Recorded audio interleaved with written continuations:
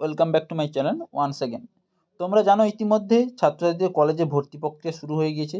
এবছরে সেন্ট্রালাইজ পোর্টালে প্রথম দফার ভর্তি এবং ডকুমেন্টস ভেরিফিকেশনের কাজ প্রায় সম্পন্ন হয়ে গেছে। তাহলে ক্লাস কবে থেকে তোমাদের শুরু হবে? কবে থেকে ছাত্রছাত্রীরা ক্যাম্পাসে গিয়ে ক্লাসরুমে বসে ক্লাস করতে পারবে?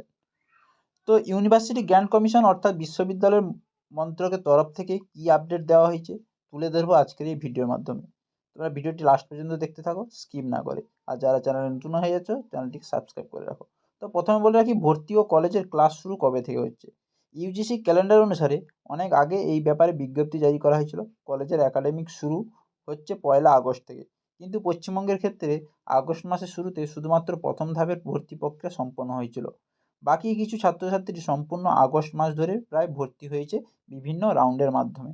অর্থাৎ তাদের ভর্তি এবং ডকুমেন্টস ভেরিফিকেশনের পর আরও একটু সময় লেগে যাবে, যদিও এই সমস্ত প্রক্রিয়াও কলেজের একাডেমিক সেশনের মধ্যেই পড়ে। কাজেই বলা চলে যে কলেজের একাডেমিক অর্থাৎ পাঠ্যবর্ষ ইতিমধ্যে শুরু হয়ে গেছে। এবার হচ্ছে অফলাইনে ক্লাস কবে হবে, রুমে বসে কবে ক্লাস তোমরা শুরু করবে। যারা ইতিমধ্যে ভর্তি হয়ে যাচ্ছে বিভিন্ন জেনারেল কলেজে বা অনার্স বা পাস, উভয় ক্ষেত্রে তারা কবে থেকে ক্যাম্পাসে যেতে পারবে।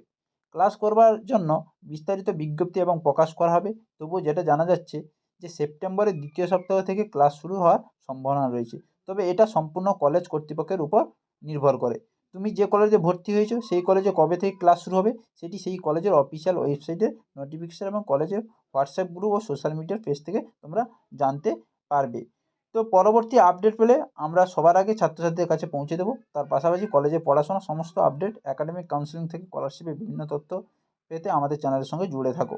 তো ভিডিওটি কেমন লাগলো অবশ্যই ভালো লাগলে লাইক করো, কমেন্ট করো, শেয়ার করো এবং চ্যানেল নতুন হলে চ্যানেলটিকে সাবস্ক্রাইব করে রাখো। পরের ভিডিওতে দেখা হচ্ছে।